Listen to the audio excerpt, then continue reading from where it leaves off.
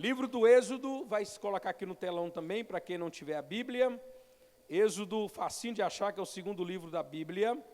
Êxodo, capítulo de número 34, versículo de número 10 ao versículo de número 16. Glória a Deus. Enquanto você procura, eu quero perguntar, quem tem uma aliança com Deus aqui? Deixa eu ver. Quem tem uma aliança com Deus? Eu quero pregar hoje sobre os nossos privilégios e as nossas responsabilidades quando nós estamos aliançados com Deus. Esse capítulo 34, Deus ele vai falar acerca disso, do privilégio que temos, mas também das nossas responsabilidades. Êxodo, capítulo 34, versículo 10 até o 16.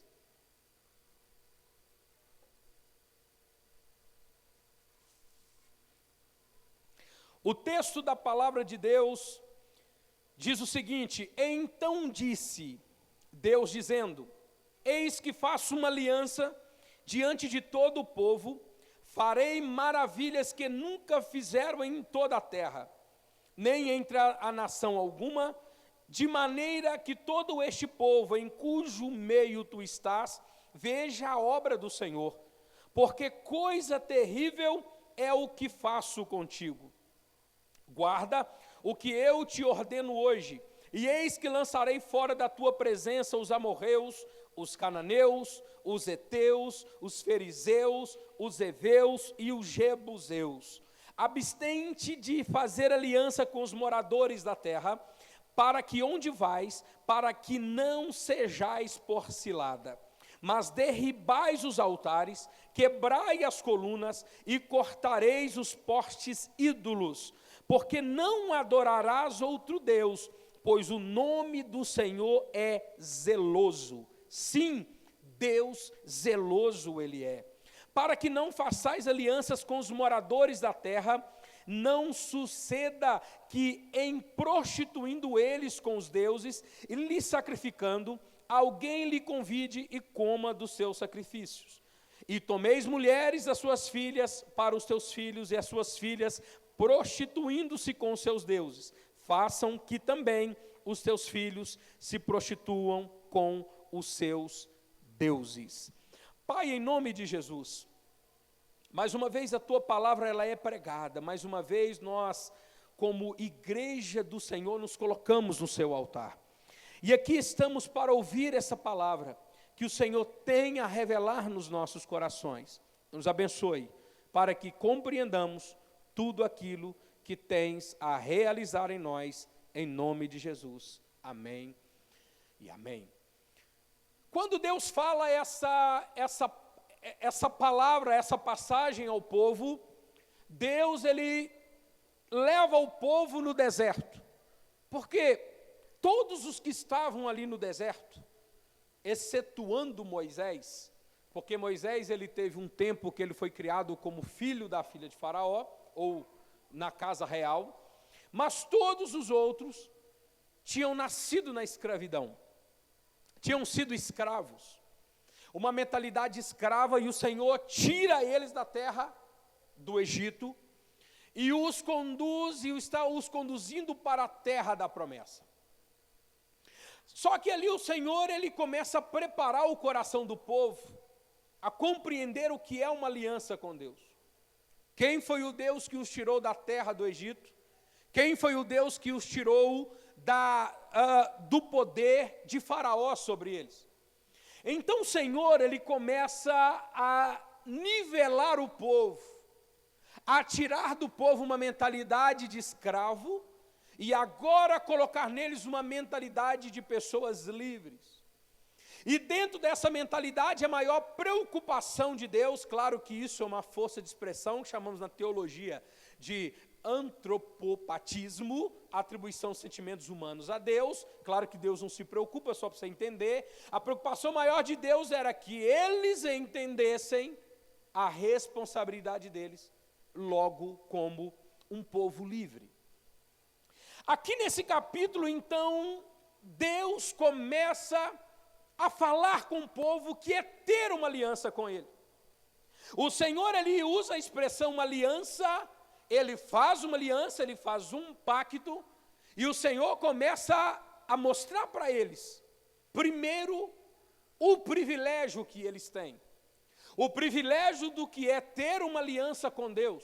O privilégio do que é ter Deus como o nosso guia, aquele que nos guarda. Versículo 10 está o primeiro privilégio que Deus mostra ao povo que eles têm em tê-lo como aliançado com ele, seria melhor essa expressão. Ele diz que hoje faço uma aliança diante de todo este povo e farei maravilhas que nunca antes se viu na terra, de maneira que esse povo veja o quão terrível eu cuido deles. Primeiro privilégio de quem tem aliança com Deus é que Deus fará maravilhas na nossa caminhada. Deus, ele é tão interessante que Deus, ele fala, eu farei coisas que nunca antes foi vista na terra. Já tinha acontecido com o povo a abertura do Mar Vermelho. Deus abriu o Mar Vermelho para eles passarem. E é interessante que as maravilhas de Deus acontecem diante de situações adversas.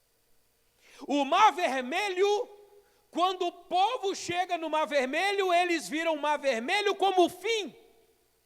Eles viram o Mar Vermelho como o início da destruição. Mas Deus viu o Mar Vermelho como um momento, uma oportunidade de revelar o milagre dele na vida do povo. Você pode estar vivendo em situações adversas, em situações terríveis, em situações em que você acha que acabou tudo. Não, o Deus que tem uma aliança com você, ele fará maravilhas na sua história. Esse momento que você está vivendo é a oportunidade de Deus fazer algo na sua vida que nunca antes você pensaria que poderia acontecer. Escutem aqui, Deus fala com o povo, eu farei maravilhas que nunca antes foram vistas na terra. Você pode estar perguntando, eu estou vivendo situações, eu estou vivendo um momento em que eu nunca vi alguém viver, que eu nunca ouvi falar, é porque Deus tem algo, milagre inédito na sua vida. O milagre que Ele vai fazer na sua vida não se repetiu. O que Deus faz na sua vida é coisa nova. Deus só faz coisa nova, Deus não repete história. Mas nós devemos entender que primeiro temos um privilégio de termos uma aliança com Deus. O privilégio é que o nosso caminho será irrigado, será pavimentado por maravilhas e milagres. E é interessante que no Salmos de número 136, todo o Salmo de número 136, ele termina cada versículo dizendo assim, porque a sua benignidade dura para sempre. E os Salmos aqui, leio o Salmo 136, versículo 4, e alguns versículos aleatórios aqui, dizendo o seguinte, o único que faz grandes maravilhas, porque a sua benignidade dura para sempre. Repita comigo, porque a sua benignidade dura para sempre. Eu vou ler a primeira fase e você conclui dizendo, aquele que feriu e os primogênitos, o que tirou Israel do meio deles, com mão forte e com braço estendido, aquele que dividiu o Mar Vermelho em duas partes e fez passar Israel pelo meio deles, e vai fazer você passar pelo meio do Mar Vermelho também, porque a benignidade do Senhor dura para sempre. Deus se revela na Bíblia, nessa aliança, Ele mostra que a benignidade dEle, que a misericórdia dEle é grande. Eu poderia citar muitos outros exemplos, mas primeiro, quando temos uma aliança com Deus, os nossos caminhos serão marcados por milagres. Se o seu caminho ainda não foi marcado por milagre, eu te convido a confiar na benignidade do Senhor. Que a partir de hoje, quem crê que vai provar dos milagres, levanta a sua mão, deixa eu abençoar a sua vida. Você que ainda não viu, você que precisa de ver, eu declaro que você vai ver milagres de Deus, maravilhas de Deus na sua história. Eu não sei aonde as portas estão fechadas, mas aquele que abre o mar vermelho, aquele que para o sol e a lua, Ele fará maravilhas pela sua história. Oh, glória a Deus! Esse é o nosso Deus. Segundo, quando lemos no versículo de número 11, o Senhor diz assim: guarda o que eu te ordeno hoje, e eis que lançarei fora da tua presença os amorreus, os cananeus, os heteus, os fariseus, os heveus, os jebuseus. Esse povo que o Senhor cita aqui são os cananitas. Era o povo que estava habitando a terra aonde o povo iria habitar. Só que o povo era mais forte do que eles. Só que o povo estava preparado para a guerra e eles não. Contanto que quando Moisés chega com o povo ali na terra prometida e manda os 12 espias voltam amedrontados dizendo, os 12 não, fora Josué e Caleb, mas os 10 que voltam dizendo, lá vimos os filhos de Anaquins, que são gigantes, e o povo é preparado para a guerra e nós somos pequenos aos olhos deles. Mas o Senhor aqui, Ele falou o seguinte: não interessa se o inimigo é mais forte do que você, porque quem vai lutar não é você, quem vai lutar sou eu. Epa! Quando temos uma aliança com Deus, quem batalha as nossas batalhas é o Senhor. Foi por isso que o salmista, que refletimos na hora do ofertório, ele diz, o Senhor é o meu pastor e nada me faltará. Ele diz, eu sou ovelha, a ovelha não tem nenhum mecanismo de defesa, ovelha só sabe, digamos assim, berrar, ele só sabe ser fiel. Por quê? Porque ele tem um pastor que luta, tem um pastor que batalha, tem um pastor que vai na frente. Se está no vale da sombra da morte, eu não temo mal algum, porque o meu pastor está comigo. Deus manda te dizer isso, essa batalha é mais forte do que você, mas não é mais forte do que ele. Aleluia! Quando temos uma aliança com Deus, Deus batalha as nossas batalhas. Quando nós pegamos na Bíblia, nós vemos um exemplo tão óbvio, tão interessante. Quando Josafá, em 2 Crônicas 9, 2 Crônicas, capítulo 20, Josafá se depara com exércitos inimigos vindo batalhar contra eles. Josafá põe-se a orar, a buscar a face de Deus. Deus se levanta no meio do povo através de um profeta e diz, aquieta-se, Josafá, porque essa batalha você não vai ter que batalhar, eu vou batalhar por vocês. Essa batalha é minha, essa batalha não é tua. Se o inferno está vindo contra você, se o inferno está vindo contra a sua família, Deus manda lhe dizer que essa batalha não é tua, essa batalha é do Senhor dos Exércitos, essa batalha é do Senhor dos Exércitos. Pare de falar com Deus acerca do diabo, começa a dizer para os demônios, o diabo a dizer, quem vai lutar por mim a partir de hoje é Ele, quem vai lutar pela minha família é Ele, quem vai libertar é Ele, quem vai curar é Ele. Ele vai batalhar as nossas batalhas, mas quão difícil é deixar Deus batalhar as nossas batalhas. Parece que é tão simples, mas não é tão simples assim. É muito romântico quando nós falamos, nós declaramos, o negócio é na hora que a gente está vivendo a situação. É naquela hora que você vai enfrentar o seu eu. Você vai enfrentar o seu ego e vai dizer o seguinte, a partir de hoje, quem luta por mim é Deus. Quem luta por mim é Ele, porque eu tenho uma aliança com Ele. E quando tenho uma aliança com Ele, é Ele que vai lutar por mim. O cristão tem que entender, meu irmão, que tem luta, que não é você que vence. Tem luta, é Ele que vence. Tem luta que não é você que luta, é Ele que luta. Sabe por que Deus manda a gente descansar na batalha, aquietai e sabeis que eu sou Deus? Para você guardar energia para o dia da vitória, porque a vitória vai vir. Guarda energia para o dia da vitória. Guarda, descansa, guarda oxigênio para o dia da vitória, porque o dia da vitória vai chegar e quem crê, dê um glória bem alto a Jesus. O dia da vitória virá e quando ela vier, você vai glorificá-lo e vai dizer, a benignidade dele dura para sempre, a benignidade dele dura para sempre, porque ele é fiel. Tem crente aqui nessa igreja? Glória a Deus. Mas é interessante que aqui estão os nossos privilégios. Privilégio todo mundo quer. Quem não quer milagre? Eu quero. Quem quer milagre? Quem quer viver milagre? Só que vem uma parte aqui que Deus assim, a minha parte eu faço e faço bem feito. Só que tem uma coisa, tem a sua. Na aliança com Deus, nós temos a nossa parte. E a partir dos versículos aqui, de número 12, vem a primeira responsabilidade que nós temos. E no versículo 12 diz assim o texto da palavra de Deus, 12 e 13. Abstém-se de fazer alianças com os moradores da terra para onde vais, para que não sejais por cilada. Mas derribeis os seus altares e quebrei as colunas e cortareis os seus postes ídolos. A primeira responsabilidade nossa é pureza. Repita, a minha primeira responsabilidade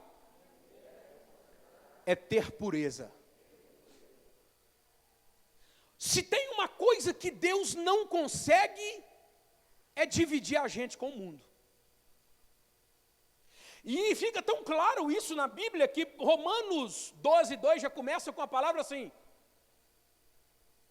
não vos conformeis com este mundo. Vários versículos, Tiago 4,4 diz, infiéis, não sabeis que a amizade do mundo é inimizade contra Deus? Deus, Ele não quer dividir a gente com ninguém. Deus, Ele quer pureza.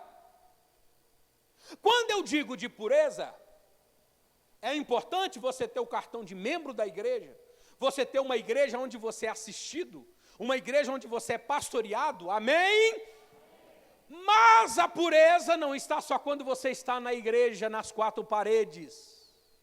Pureza é que quando as pessoas podem te ver aqui dentro, podem identificar você como um membro da Batista da Lagoinha do Jardim das Alterosas. Mas quando você sai lá fora, ele não sabe de que igreja você é, mas a sua pureza mostra de quem você é posse.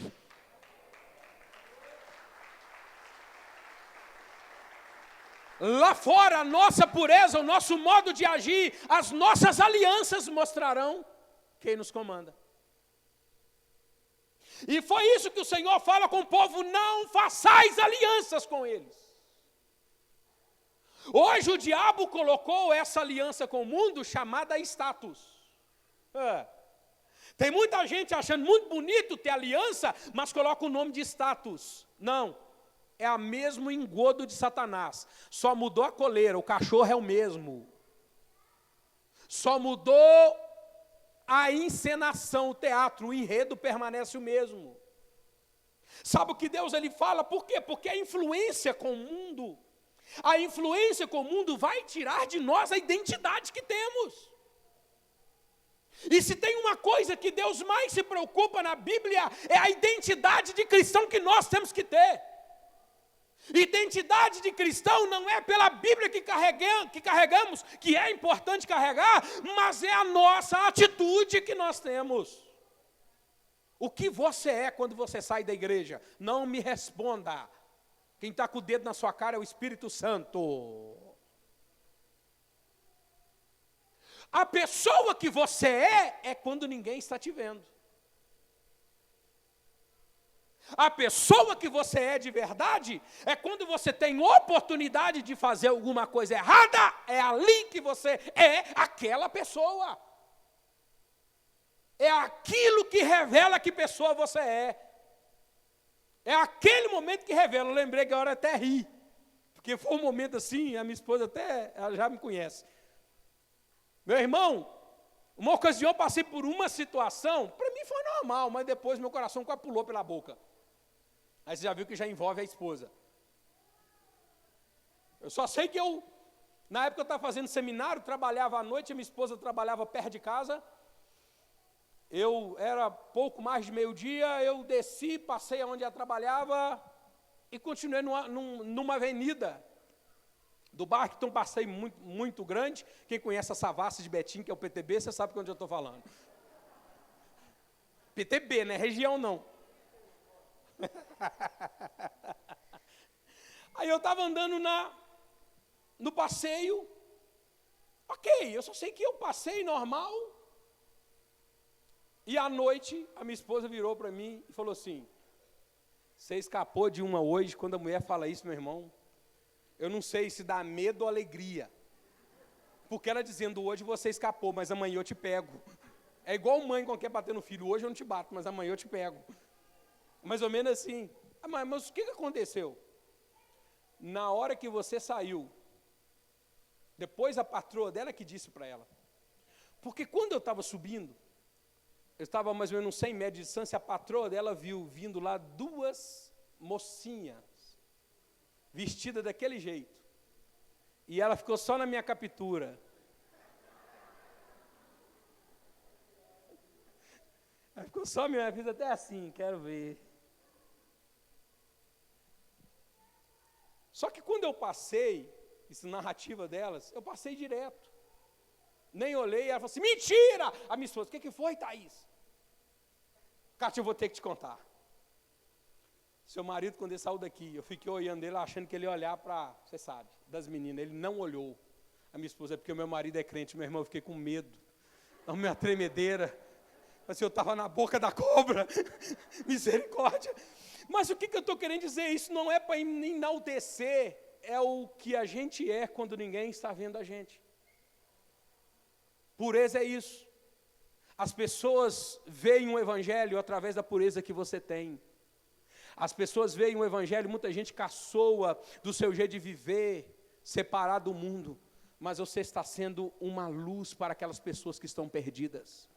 Foi por isso que Deus, Ele disse: o meu povo tem que ter pureza, o meu povo tem que ser separado, porque aquele que vier para a minha presença vai entender o que é estar na minha presença.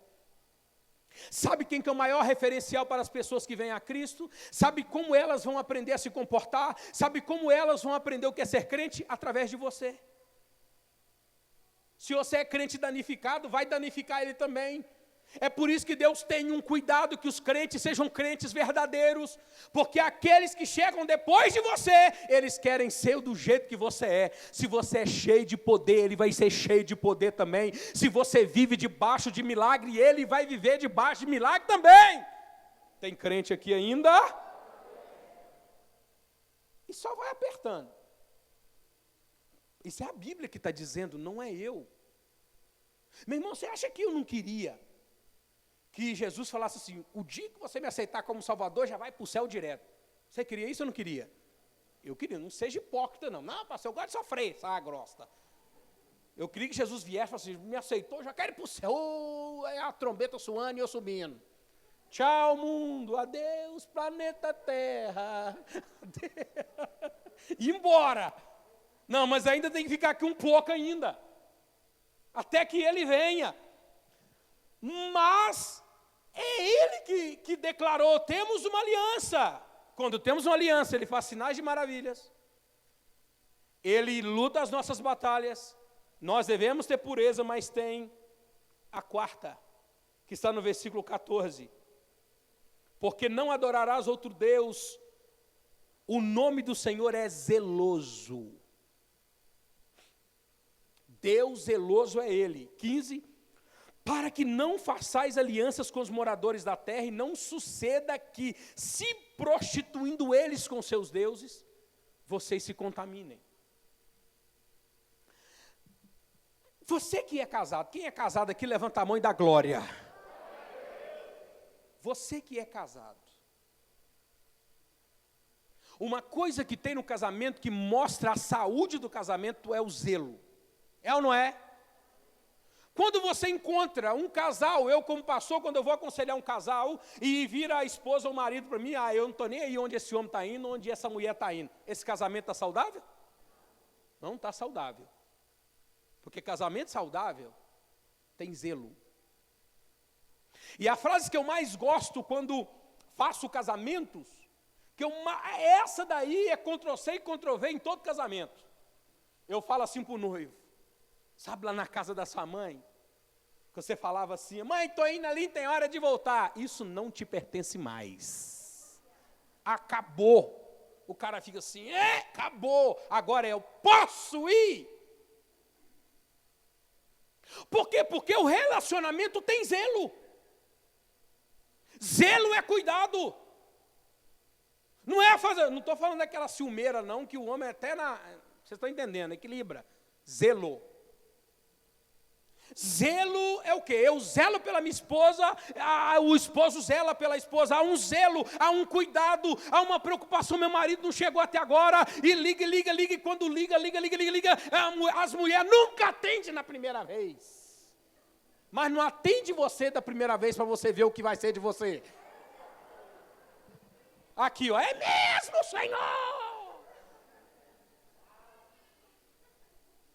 E quando você demora a atender e fala assim, por que você não me atendeu? Eu falo assim, mas você também assim, não interessa. Mas tem zelo. Já virou culto de casal. Vamos voltar aqui. Deixa o pastor Cosme Júnior resolver esses mantos na sexta-feira, viu, Cosme? Resolve isso para nós, esse manto. Milka, resolve esses mantos aí. Já deixei uma deixa para você aí. O telefone e o casal.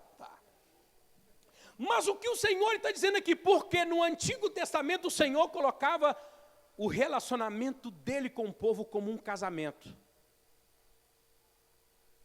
Ele levava como casamento, isso é tão sério que o Senhor pegou um profeta, depois se você não conhece a história, vá lá em Oséias, todo o livro de Oséias, o Senhor chega para Oséias e fala assim, Oséias, pega uma mulher de prostituição, uma mulher que vive na prostituição e casa com ela. Fez isso como profeta. É literal, isso, não tenho isso como simbólico.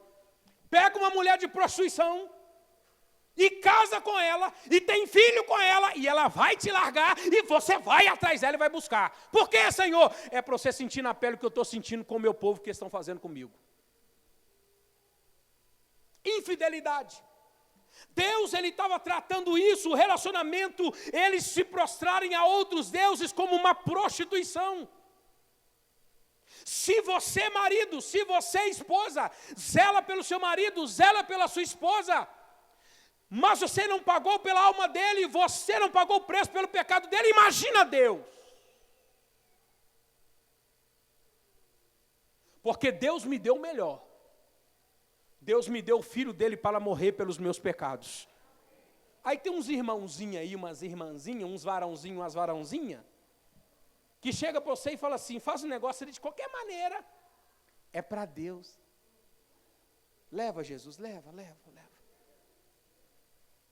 Se é para Deus é o melhor. Porque Deus não mandou para mim, não foi o pior. Não foi o segundo pior, não foi o segundo melhor. Ele me mandou a melhor coisa que ele tinha, que é o filho dele, para morrer pelos meus pecados. Então o Senhor, meus irmãos, ele tem zelo.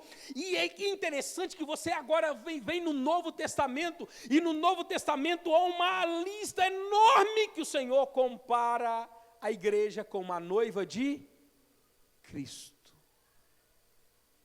Por que você é chamada de noiva do Cordeiro? Olha aqui alguns versículos. Paulo em 2 Coríntios capítulo 11, versículo 2, ele diz, o zelo que tenho por você é um zelo que vem de Deus. E eu prometi a um único marido, Cristo, querendo apresentá-la como uma virgem pura.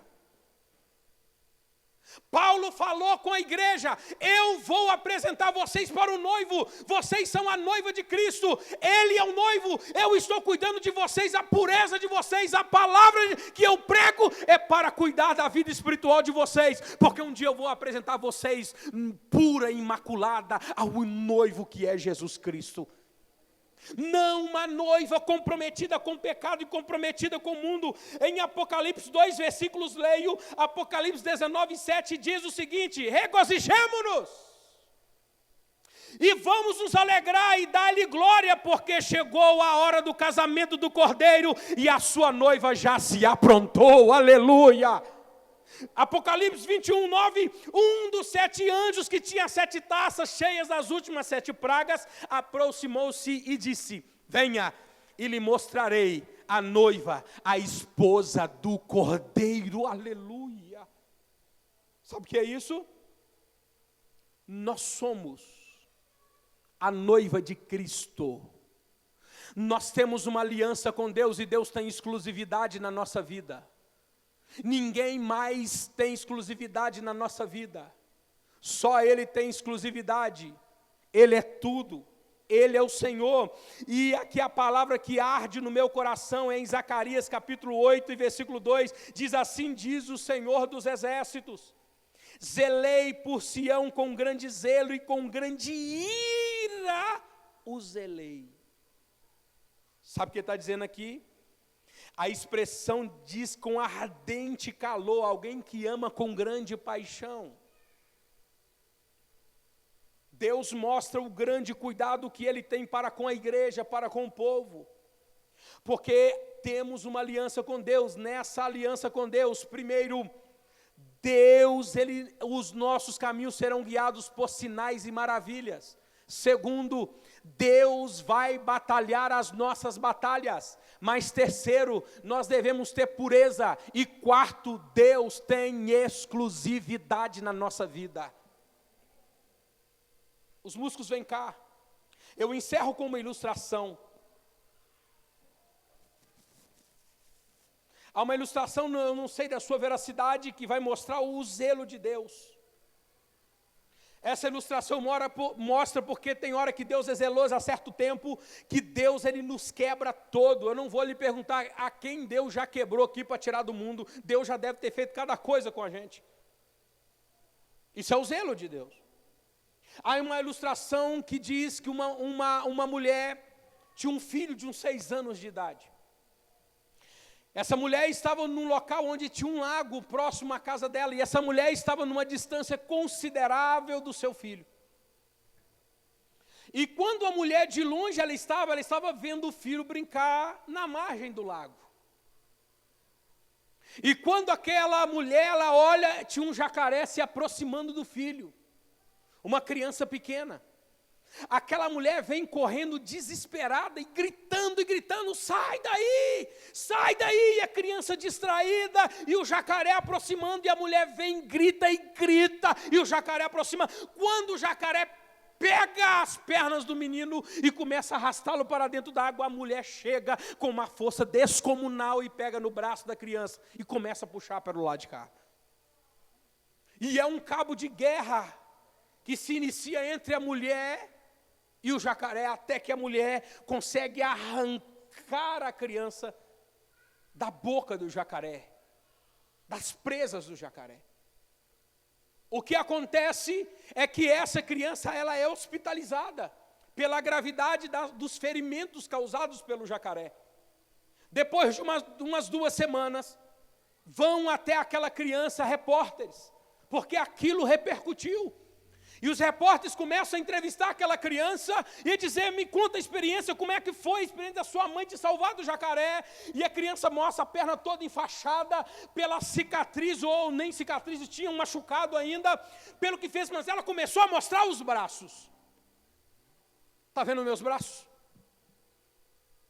As marcas mais importantes são essas aqui, foi a que a minha mãe fez em mim.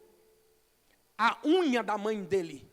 Agarrou os seus braços e puxou, mas as unhas da mãe marcaram o braço daquela criança. Ela virou e disse o seguinte, as marcas mais importantes que eu carrego são essas. Porque foi por causa das marcas que a minha mãe fez em mim, que o jacaré não me levou para dentro da água.